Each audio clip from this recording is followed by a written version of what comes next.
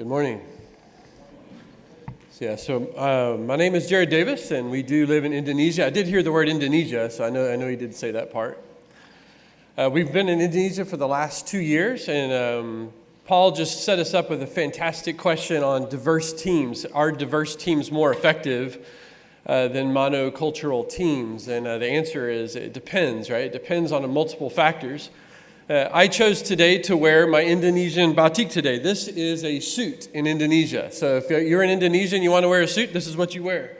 This is a suit, right? That's diversity. So in America, a suit looks one way, Korea another way, and in Indonesia, it looks very different. Today we're going to talk about partnership. And what does partnership mean? Some people would pour different definitions into that word partnership, but today I want to really focus on really three practical parts of what partnership with the IMB can look like. And as we look at what this means for us, is just a few factors of why we want partnership. First, it's biblical. We've already talked about it over the last few days. You've heard Jacob talk about partnership. We want to have more partnership. And what we mean by that is how are we equals sitting at the table trying to accomplish a single task together. Last night I was sitting down with Brother Jung and we're talking through the global south, talking through how do we partner with missions in the majority world? How do we work together to accomplish a task together? I said the first step in partnership is really having a target. It's really having a goal. What is it that we're actually wanting to accomplish? That's the very first thing. If we don't have that, there's not much to talk about in partnership. First, we have a goal. That's the first thing. But first, partnership's biblical. Dr. Chitwood just talked about Revelation 7, verses 9 through 10. I'm not going to go through it again, but looking at every nation, tribe, people, and language worshiping the throne. That's the vision. In Revelation 5, though, it also talks about every nation, tribe, people, and language. It talks about how Jesus redeemed a people from every nation, tribe, people, and language to be a kingdom of priests. So we see in 1 Peter chapter 2, verse 9 through 10, we are also called a kingdom of priests. And this kingdom of priests does one primary function. It proclaims the excellencies of him who called us from darkness into light. In Revelation chapter 5, when you go back to every nation, tribe, people, and language, Jesus redeemed them, nation, tribe, people, and language, to be that kingdom of priests. In other words, to serve him. The Great Commission is for all nations, but it's also for all of God's people among all nations to accomplish together. That's the key part in partnership. That is a biblical concept, and there's many verses that's already been explained the last day and a half as we've talked through partnership and what that means, but that's another reason. So the gospel is for all God's redeemed people to reach all nations together. That's how God has designed it. It's not for, we've said many times already, it's not for one nation. It's not for one church or one denomination to accomplish. It's for all of God's people among all nations to finish the task among the rest of the nations together. And that's what we mean when we say partnership. What are the targets? The last day and a half, we focused on UPGs and UUPGs. We've said multiple times, you've heard it said from the stage, the greatest problem of all humanity is lostness. That is our target. How are we going to accomplish that ultimately together? It's not about projects. It's not about statistics. It's not about our methodologies. It's not about our brands. It's about the targets. How do we accomplish that ultimately together? But besides biblical, partnership is also practical. We've heard many times the population of planet Earth is over 8.2 billion human beings, and it's growing. And we saw the charts yesterday. We'll soon hit 9 billion and 10 billion, and on it will continue to go as the birth rate continues to accelerate. We want the gospel to go even faster to catch up. We've heard many times there's over 12,000 people groups, over 7,000 unreached people groups, over 3,000 unreached, unengaged people groups. These are all peoples that are part of that nation, tribe, people, and language we see in Revelation chapter 7 and Revelation chapter 5.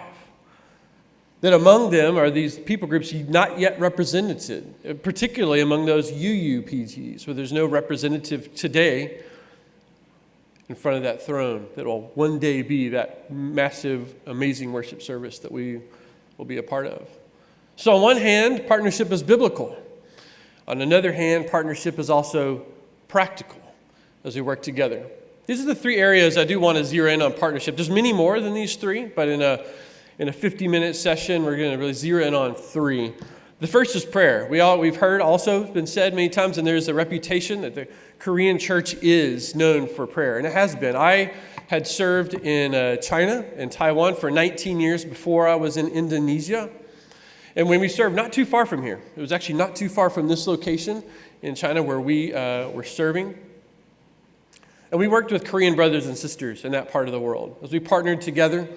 And my brothers and sisters from Korea were people of prayer, passionate about prayer. And our Chinese brothers and sisters were also passionate about prayer and prayer for the nations. And we worked with our Chinese brothers and sisters to have them pray for the lost, for the UPGs and the UUPGs. And as we prayed together, a fire for missions began to burn in the hearts of these new believers that were coming to faith as we worked together. I do know some of you used to work in that big country as well. And as we labored together side by side to see the kingdom come in that nation, now we get the benefit of working with those from that nation to take the gospel in other places. But prayer, how do we work together in prayer? I am happy to say this website was shown yesterday by Vance, but it is now the new version. It happened overnight.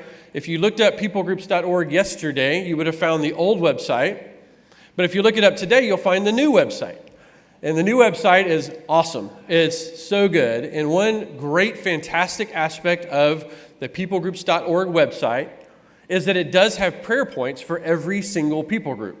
Every UPG, every UUPG has prayer points. And the site is being translated as we speak, and soon will be available in many, many, many languages. It's already translated into 16 different languages, so you can use the site, find the information you need, and the prayer points from that site. And this is what it will look like when you click on that. You don't need this anymore.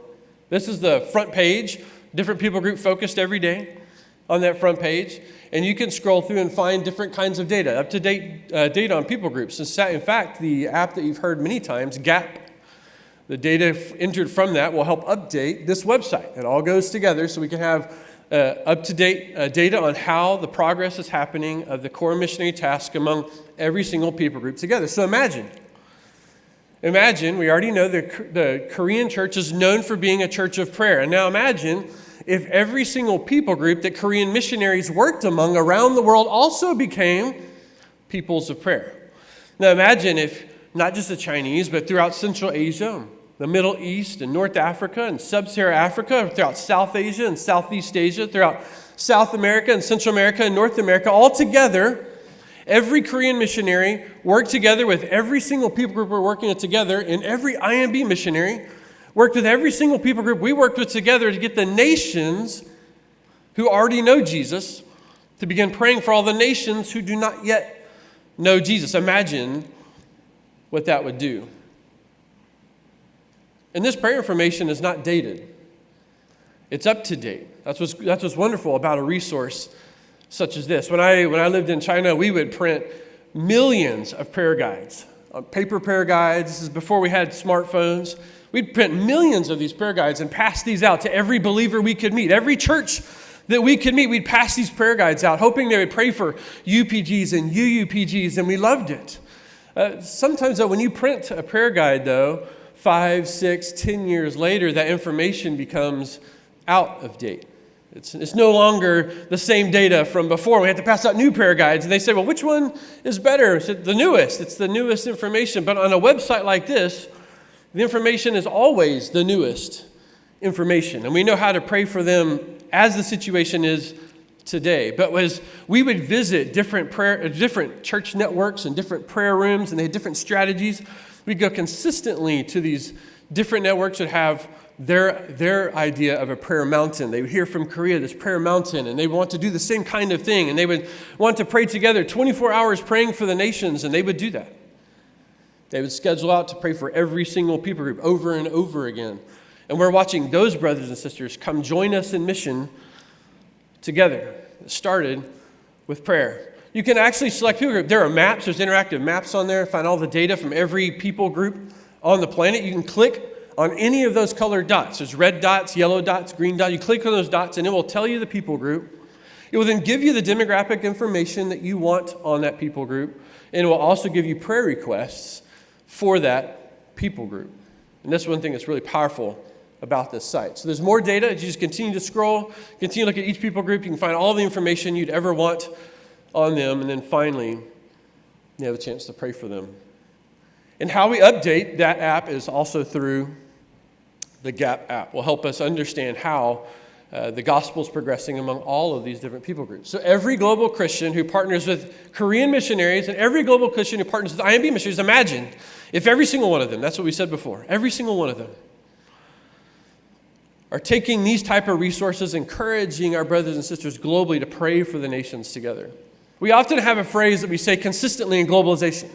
As we want to partner with the global church to send their own missionaries, if you have a church, you have a sender. If you have a church, you have a sender. What do I mean by that?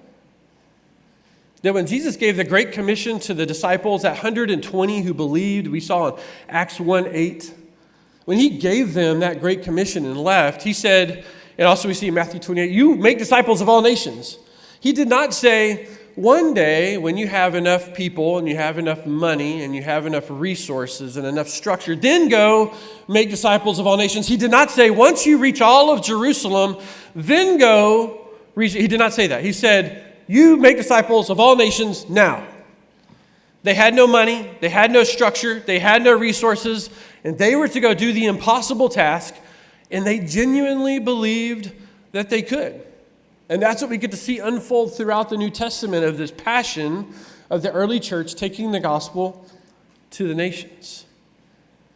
I remember early when I was serving in China, we were working with this rural network of churches, very poor, all rice farmers, average salary of $80 a month per household, very poor. And we went and said, if you have a church, you have a sender. And they would say, what? But we back up and we say, Great Commission, I make disciples of all nations. And they'd say, amen. And then we'd say, if you have a church, you have a sender. And they'd say, whoa, wait, what? They'd say, the mission really, you Westerners should do that. The Americans and the Koreans and the Europeans, y'all should do that. We're just struggling to survive. How could we get involved in the Great Commission? I said, well, let's back up. Let's go to Matthew 28, 18 through 20. And Jesus says, go and make disciples of all nations. Teach them, baptize them, and teach them to obey everything I've commanded you. Now, and we back up and say, what does it say? What does it not say? It does not say, once you have enough money and you have enough people, then go make disciples of all nations. He does not say that. What were the background of most of the disciples? They were fishermen. They too were poor. No formal education. And he said, you make disciples of all nations. As long as we focus on ourselves, we will never make disciples of all nations. Yesterday we heard Dr. Chilwood say that the greatest resource we have in missions is the Holy Spirit. Amen? If we truly believe that, when we're working with our brothers and sisters from the majority world who are in closed countries and they're poor and they don't have resources, we also need to give them the opportunity to be involved in the Great Commission and not give them an excuse to sit back while everyone else does it for them. That they need to be involved. He said, you need to be involved. And these farmers said, well, okay. If Jesus said we got to get involved, then okay. We don't know how, but we can start with praying. It's the first thing they did. And as they prayed for these people groups, they discovered one. There was a people group that was inside of China. They didn't have to get a visa. They could stay inside the country, but it was far away. And they decided, well, we should send a short-term team to go work with this UUPG, that there's no known gospel activity among this people group. And they went. And they bought the cheapest little train tickets they could buy. And they sent a team out there. And they got there and they realized they're in the mountains in this southwestern county. And in northeast China, everyone slept on what was called a kong. It was this hard bed that's heated underneath. And they said, those people are cold. They don't know what a kong is. And so they said we could go down there and teach them how to build them. And while we're there, we can share the gospel with them. And that's exactly what they did. They found a way to make money and at the same time share the gospel. And that's exactly what they did. Those churches, that was 2010, those churches still send missionaries to this day. They're poor, uneducated, they don't legally function, they cannot register, and yet they still send missionaries to this day. As long as we focus on ourselves, as long as we focus on what we do not have, we will never finish the Great Commission. That's what partnership is partly about. Encouraging one another to focus on Jesus and what he has to provide as we work together. The second opportunity I want to talk through is called the GMP. You've heard this program a couple times already in the last day and a half. It stands for Global Missionary Partner. This is a program that IMB has, and it's had now for 5 years. And this is the formal definition on the screen. You can see it. That a global missionary partner is someone who's first called, they're saved. First thing is they're saved. They're called by God. They're affirmed by their own church to do cross-cultural missions. It's a church-centric program. We are focused on churches working together to send their own missionaries, sometimes through an agency, sometimes they do it directly, but we want churches embracing the Great Commission. The Global Missionary Partners come from all walks of life. They come from all types of cultures. So far, we've had 296 GMPs work with IMB teams together in some of these 150 countries you've heard said the IMB works in. In some cases, even countries we do not get to work in. A global missionary partner is coming from a field like Korea, for example. We do have some from Korea who join our teams. They do not become IMB. The IMB does not take anybody's workers. The entire goal of the GMP program is to help expand the sending capacity of churches worldwide. That's the whole goal. It's not to make the IMB look better. When you've heard the number 3,600 IMB missionaries, it does not include GMPs. We're not taking them and making them ours. We want to see them grow. We want to see them thrive. We want to see them engage UPGs and UUPGs together with a thorough understanding of how to do so cross-culturally with the core missionary task. So they're working with IMB teams. So as we looked at this, so we have multiple ways this has worked with Koreans already. We do have people from many different backgrounds, so Koreans being one of our favorites we get to work with. We love working with our Koreans globally and the work that we're doing. But we've partnered to send them cross-culturally. They're sending from churches and agencies, and they're working with our teams globally on the team. So the old process, we called a GMP 1.0 process, was they would actually physically join as a teammate on an IMB team with an existing strategy.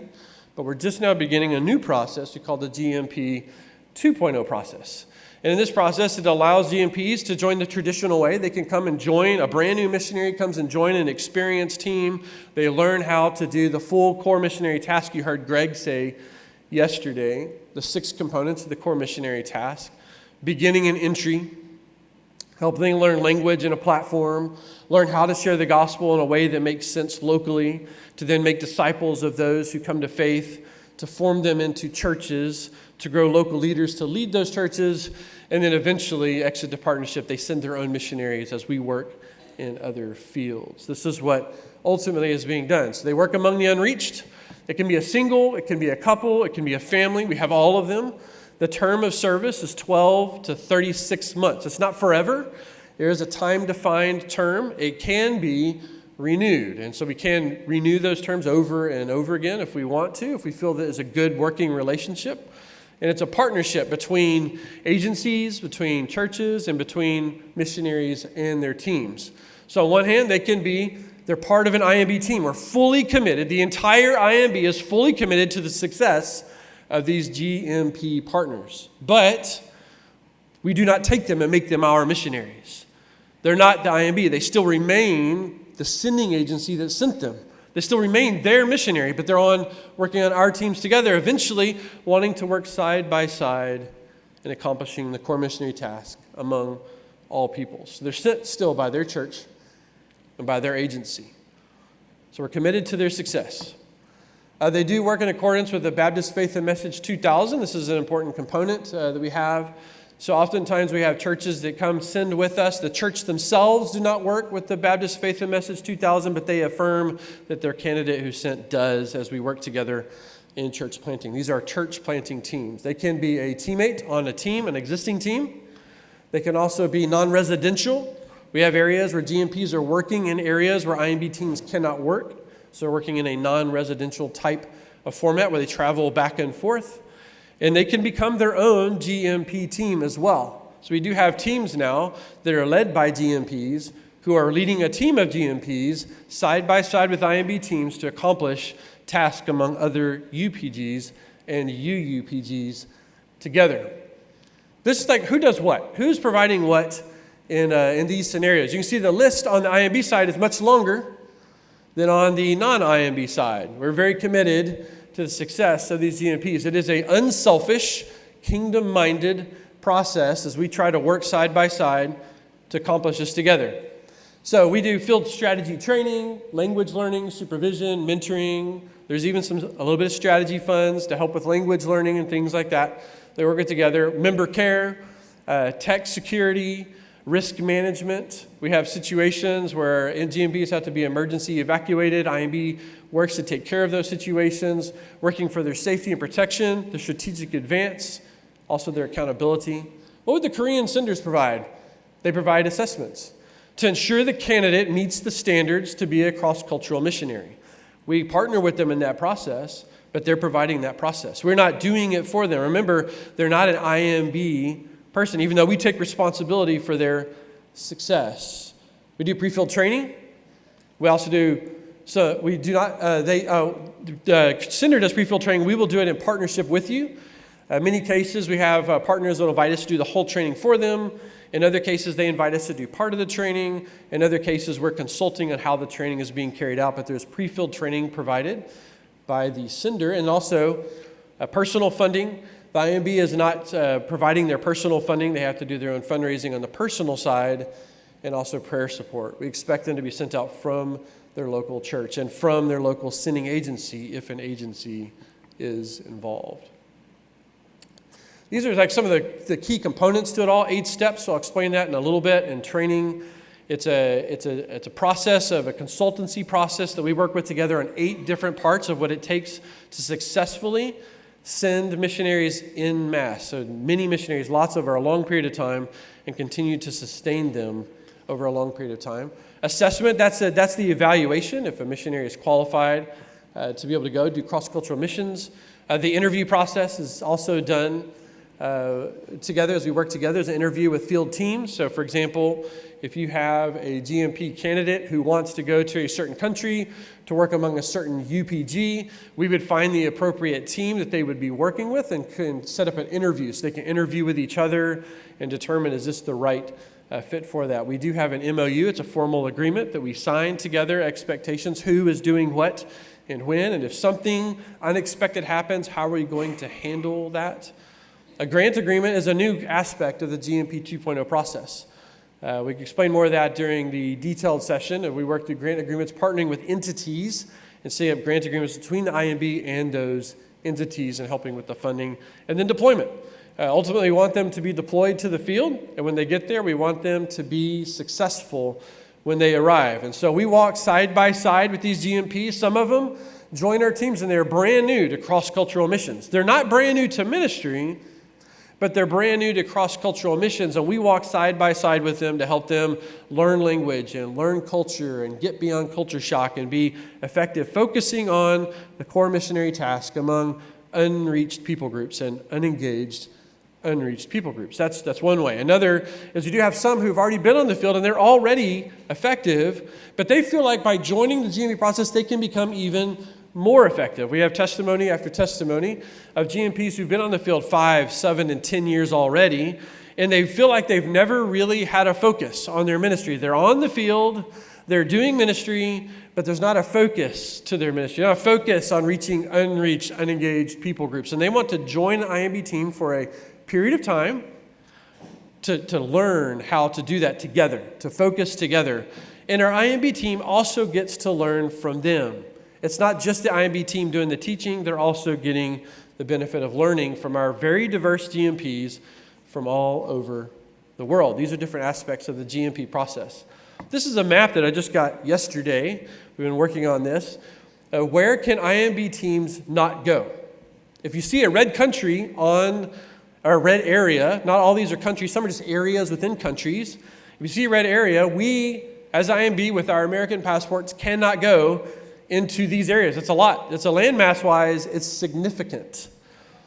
People group-wise, it's also significant. What this means is, if today there was a revival in the United States and every single person placed their faith in Jesus and every single person felt called to be a missionary and every single person in all of the United States decided to go through the IMB to reach these UUPGs, they still could not do it directly.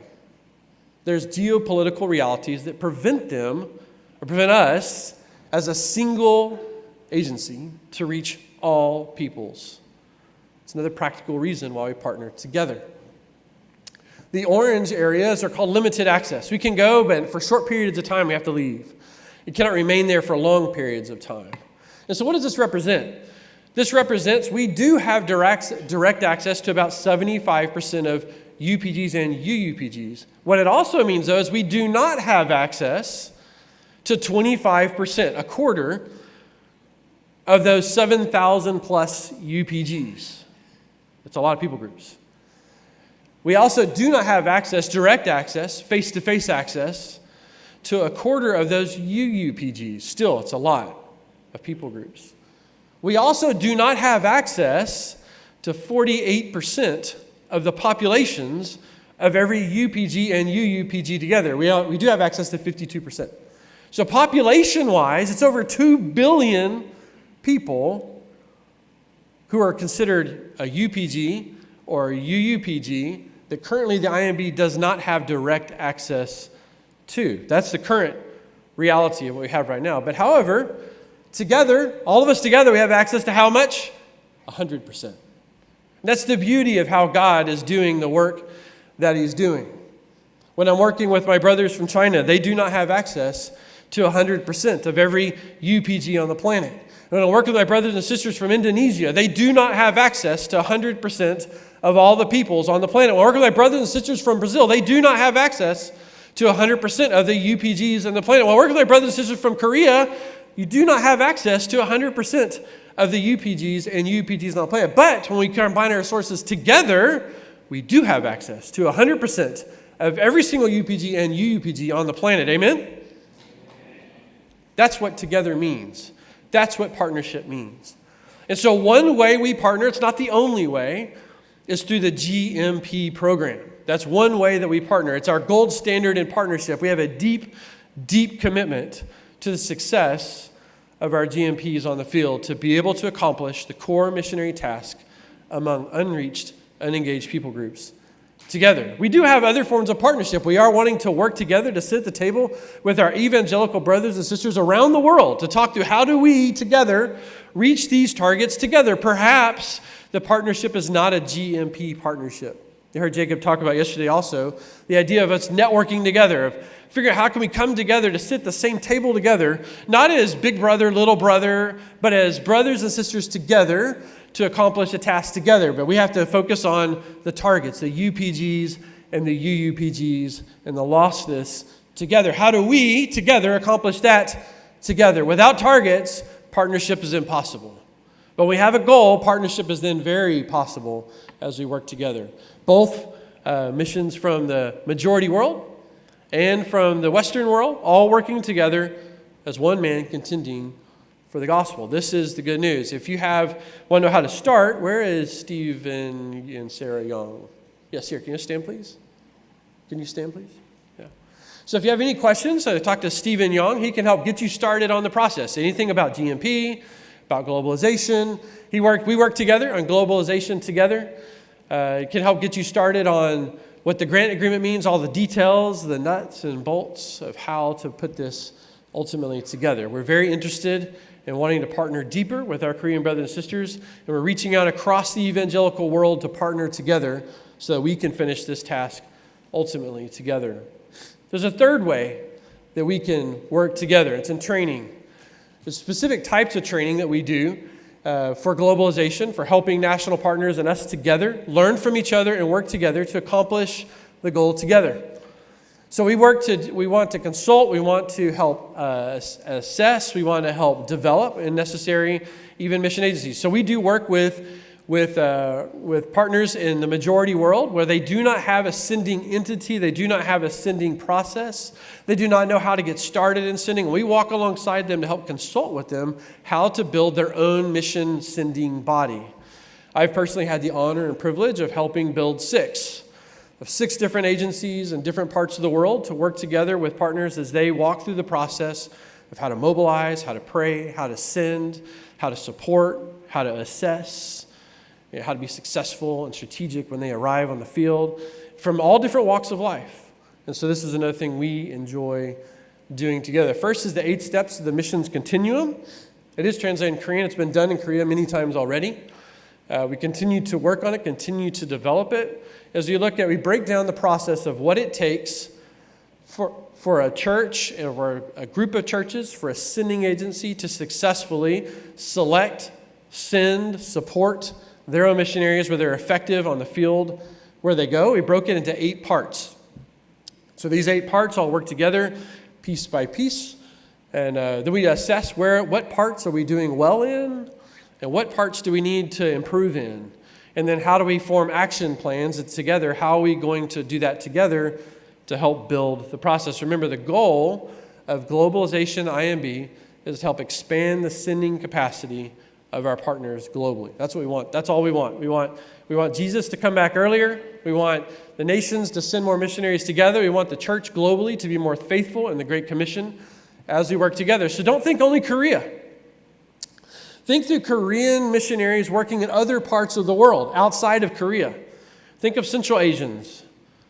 Think of Arab, Muslim background believers. Think of hard-to-reach places where a church has been established already that Koreans are partnering with together. Can they also become senders? Can they also become GMPs? The answer is yes.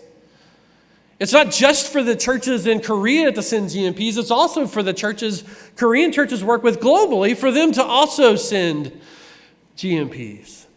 And for their churches to begin, they start with the 8 steps process. And so we've already done this many times with our GMPs as they start churches in other parts of the world. It's a multicultural team working in a multicultural environment. And then they start churches and they realize those churches also need to be involved in the Great Commission. Together, we do 8 steps together, how to help them become senders themselves. So don't think only about us. Think about all the churches we work with globally. And when we do that, we'll finish much faster.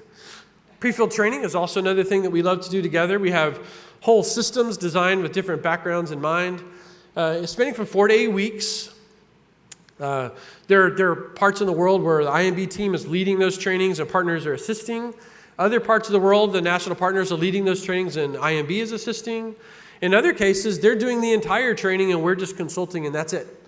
But we do pre-field training, really trying to work together, trying to bring different nationalities into the same training together so that they can learn from each other in a cross-cultural environment, how to do cross-cultural ministry together. The reality is, beginning in 2025, from all statistical indicators, every type of study that's been done on cross-cultural missions, that starting this year, the mission force globally is majority from the majority world and less from the Western world.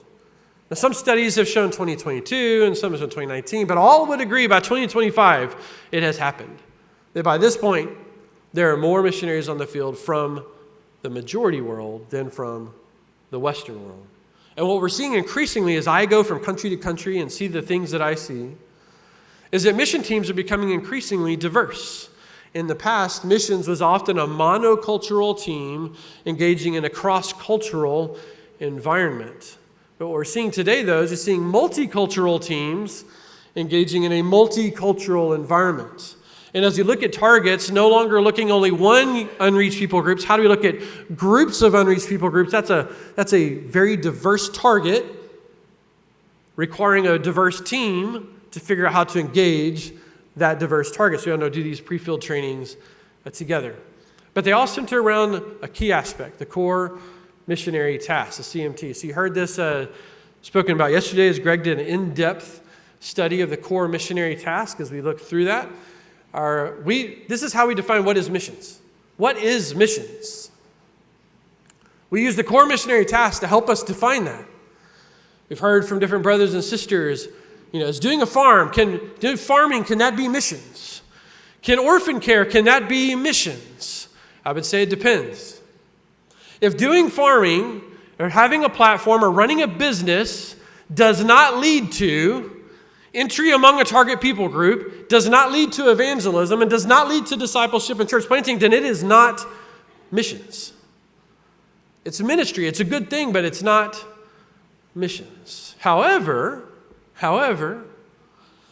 if we're running a business or a farm or doing orphan care, and the goal of it is to enter among my target people group, so I can learn the language and their worldview and how to inject the gospel into them. We share the gospel with them so they can become disciples who form into churches, to grow local leaders, to send their own missionaries. And yes, in that case, it is missions. This is how we define clarity around what is missions and what is not, the core missionary task. When I served in China, I was an architect in the United States. And so when I went to China, my visa was to be an architect. I served as an architect, but my goal was not to build buildings. My goal was to build the kingdom. My goal was to enter among a target people group, to learn their language, to share the gospel, to make disciples, to plant churches, and that's exactly what we did. I was there for 12 years and had to leave, like many people in this room had to leave China. Moved down to Taiwan. In Taiwan, I was an open country, so I did not need to be an architect in Taiwan. I could just have a religious visa. And when I was in Taiwan, I entered among a target people group. I shared the gospel. We made disciples. We planted churches. We grew leaders. The same thing we did in China. Was China less missional than Taiwan? No. It was all about mission. Different platforms, different foci in order to get to the same goal. The same goal. The core missionary task gives us focus. So we do pre-field training with GMPs. We zero in on the core missionary task. We want a missionary to know exactly what they are to do the moment they land in their target people group. That they know exactly, I'm entering among a target people group. I have a target. There is a goal. There's a group of peoples that are lost that need Jesus. And I know who they are. And I know the condition of their salvation. And I know I must enter among them and learn their worldview. I must learn their language. I must share the unchanging gospel in a way they can understand. And we want them to be very clear on what that is. We don't arrive to exist or just be there, but it's for a purpose, a very strategic one. Core missionary tasks. We train on this. There's a lot of training materials that go around each component, lots of tools. There's lots of aspects that go around that depending on the worldview they have. But this is the framework by which we measure, are we doing missions or are we not? This every single time. This is what it is. And then finally, we talked about the last question that Dr. Chitwood had for us. Can diverse teams be effective or monocultural teams be effective? We have found that diverse teams, when they have a high cultural intelligence, CQ, is the letter acronym for that, CQ, when they have a high cultural intelligence, are more effective than monocultural teams who have an equally high cultural intelligence. However, diverse teams with a low CQ are less effective than monocultural teams who have a low CQ, cultural intelligence. We've partnered with the Cultural Intelligence Learning Center to provide it's also a consultancy type of training. I've done many of these where we come together with partners around different worldviews, and they break all the worldviews down into 10 components. And we can measure how every person on the team views different aspects of culture and where the misunderstandings may lie. We've had time after time after time where we have diverse teams. We've had GMP teams where we have Americans, Chinese, Koreans, and Filipinos all on the same team. We've had others where you have Latinos, and we've got Malaysians, and we've got Central Asians and Americans all on the same team. Imagine all of the potential for conflict when their worldviews are very, very different. How do they view leadership? How do they view guidance? How do they view accountability? How do they view sharing? How do they view individuality? All these are aspects of cultural intelligence. And then we come in and do this evaluation. It's this cultural intelligence evaluation to help each teammate realize that they're evaluating all the aspects of their culture from a different angle than the rest of their team. Their team is not wrong. They just view it differently. And so how do we better understand each other so we can work together and elevate the cultural intelligence of that team? Because we believe and we know and we see it statistically, a diverse team with a high cultural intelligence is more effective than a monocultural team with equally high cultural intelligence. That's a reality that we get to work with together. That's part of partnership. And we're willing to do the hard work it takes to partner together. It's easy to partner with people just like me. So if I find people of my same socioeconomic status, same worldview, same language, it's easy to partner together because there's really not that much difference. It's much harder to partner with people coming from very different worldviews. In my entire service with the International Mission Board, 21 years, I have always, except for the first 2 years, so 19 of 21 years, I've always had at least one Korean on my team. For 19 years, I've had at least a Korean on my team, which means I eat a lot of kimchi. I've always had Chinese on my team. For 19 years, I've had Chinese people on my team. I ate a lot of dumplings and rice with them together, cross-cultural ministry together. And I believe 100% that God has uniquely gifted different people from different parts of His church to work together. Because when we're laboring ultimately and striving and when we're partnering together, that's when we'll finally get to the place there'll be no more UPGs who need to hear. Amen? All right, so we do have questions that we want to work through together. First is, what is one way we can go deeper in partnership together? This is a very simple question. We'd like for you to spend about, I guess we have 10 minutes, right? So 5 minutes on this question. What's one way? You don't have to list 20, just one, that we can go deeper in partnership together. Remember, partnership in our worldview is we want to sit as equal partners at the table together. Not big brother, little brother, but together at the table to accomplish the Great Commission together. And then we'll look at the next question.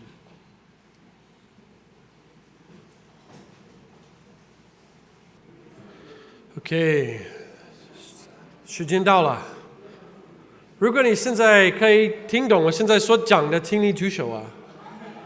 好，看也好多了。So these are all people that I guess you know Chinese. You've been in China at some point before. It's good. So we're working on the next question now. So considering the people groups your mission entity is currently engaging, how can we work together to help them send their own missionaries? This is multiplication. This is what reproduction is about. So how do you help them send their own missionaries? Okay, let's work on that for about 5 minutes and then we'll be finished.